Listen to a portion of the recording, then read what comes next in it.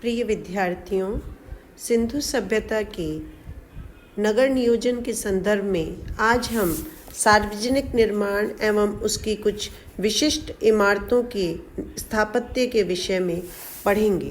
सिंधु सभ्यता के नगरों में पश्चिमी टीले में ऐसे अनेक विशाल निर्माण के अवशेष मिले हैं जिनका उपयोग संभवतः सर्वसाधारण द्वारा सार्वजनिक कार्य हेतु किया जाता होगा।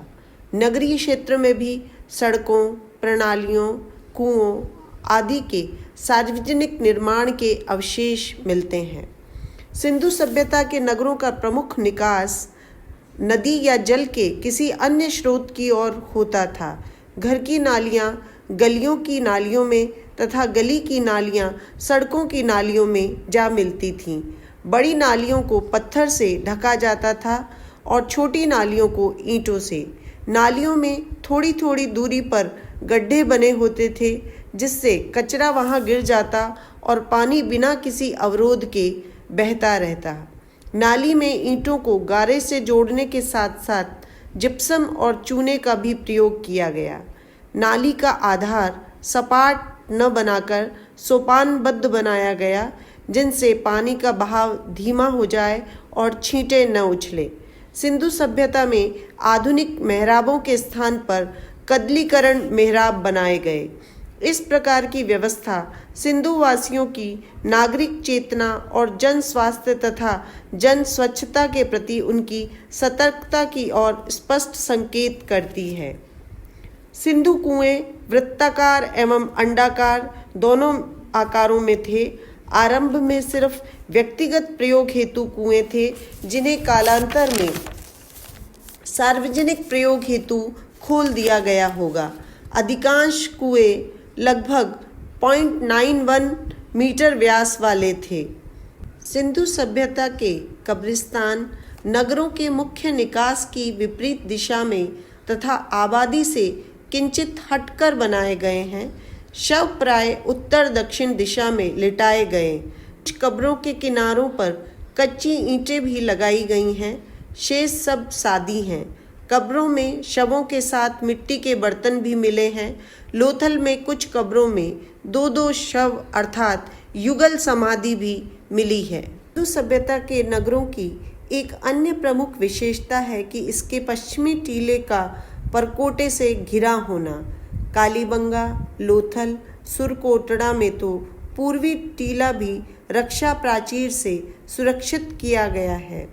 यह चार दीवारी कच्ची ईंटों और पक्की ईंटों के मलबे से बनाई गई हैं। दुर्ग की दीवार के दीवारें नीचे से मोटी और ऊपर से पतली हैं। इसके बाहरी भाग पर पकी हुई ईंटों का एक स्तर लगा हुआ है। गढ़ी में एकाधिक प्रवेश द्वार बने हुए हैं। इस द्वार दीवार के घुमाव द्वारा इस प्रकार बनाए गए हैं कि दूर से देखने पर ये नजर न आए। परकोटे पर सुरक्षा की दृष्टि से बुर्ज भी बनी हुई हैं। परकोटे का निर्माण आक्रमण और बाढ़ दोनों से सुरक्षा के लिए किया गया होगा। इन दुर्ग प्राचीरों में वर्षा के पानी के निकास हेतु वीप होल्स भी बनाए गए हैं।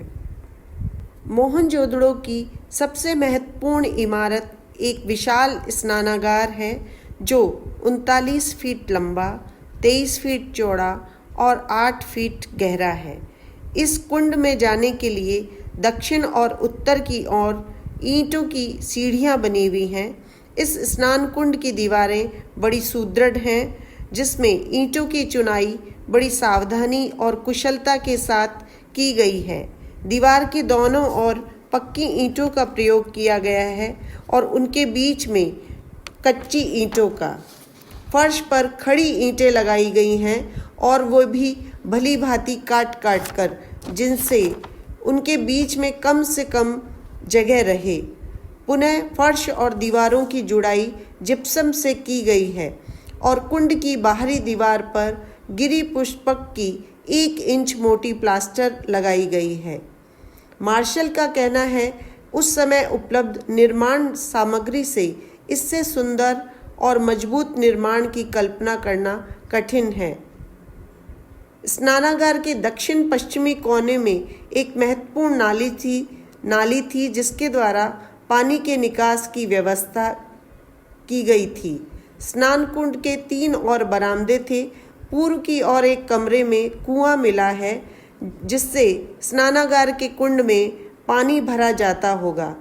स्नानागार की इमारत के उत्तर में 2 पंक्तियों में छोटे छोटे 8 स्नान कक्ष हैं। संभवतः इस स्नानागार का प्रयोग धार्मिक उत्सवों या समारोहों पर किया जाता होगा। हड़प्पा की गढ़ी में एक विशाल अन्नागार के अवशेष मिले हैं।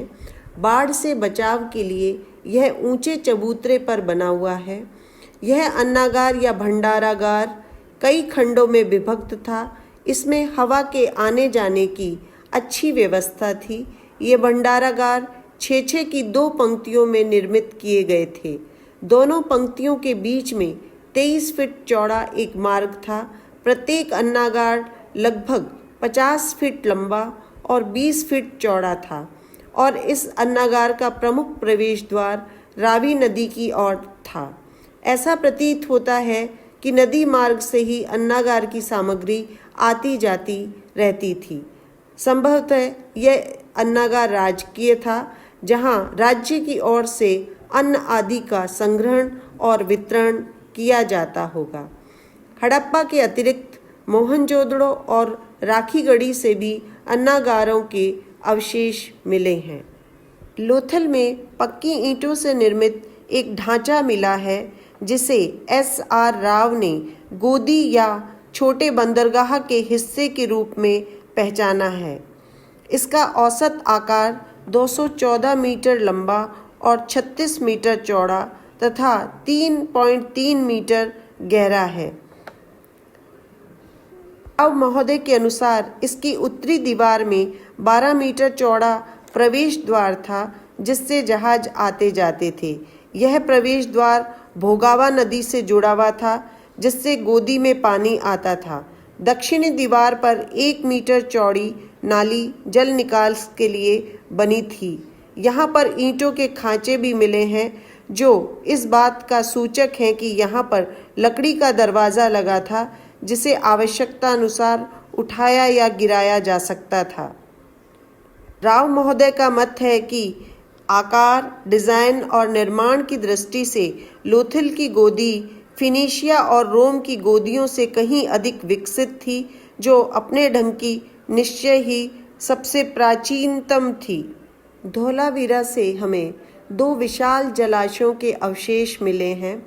इनमें से एक बड़ा जलाशय दुर्ग भाग के पश्चिम में बना हुआ है, जिसकी लंबाई लगभग 70 मीटर, चौड़ाई 24 मीटर और गहराई लगभग 7.50 मीटर है। इसके उत्तरी तट के नीचे पैंदे तक उतरने के लिए 31 सीढ़ियां बनी हुई हैं।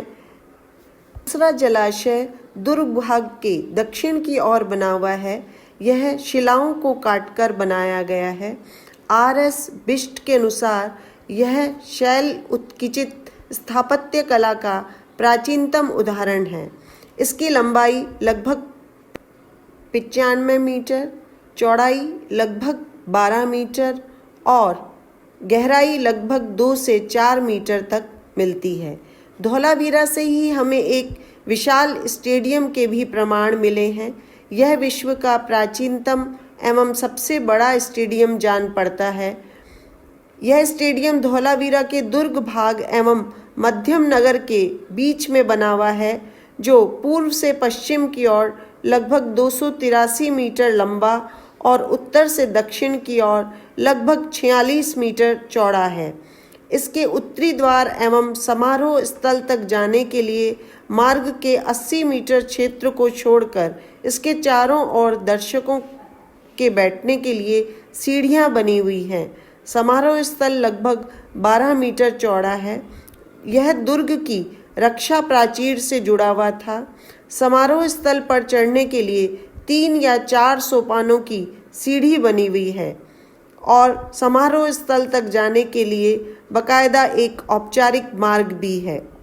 इन महत्वपूर्ण इमारतों के अतिरिक्त हड़प्पा में श्रमिक आवास के उत्तर में ईंटों के 18 गोलाकार चबूतरे मिले हैं, जिनमें प्रत्येक के मध्य में एक गड्ढा है और इन गड्ढों में राख, जले हुए गेहूं और जौ की भूसी के अवशेष मिले हैं। इन चबूतरों का निर्माण खड़ी ईंटों के द्वारा किया गया है। व्हीलर महोदय के अनुसार इनका प्रयोग अनाज कूटने के लिए किया जाता होगा।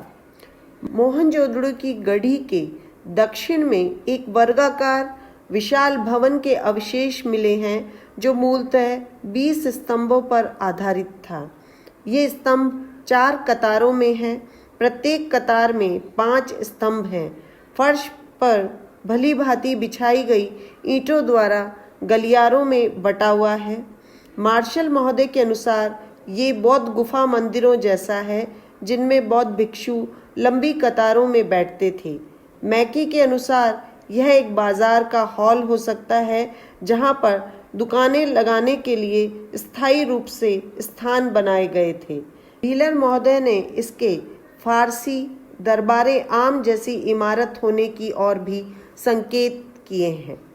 बच्चों, आशा है कि सिंधु सभ्यता के नगरीय जीवन से जुड़ी इन विशेषताओं को जानकर आप सहज ही अनुमान लगा सकते हैं कि सिंधु सभ्यता कितनी भव्य सभ्यता थी।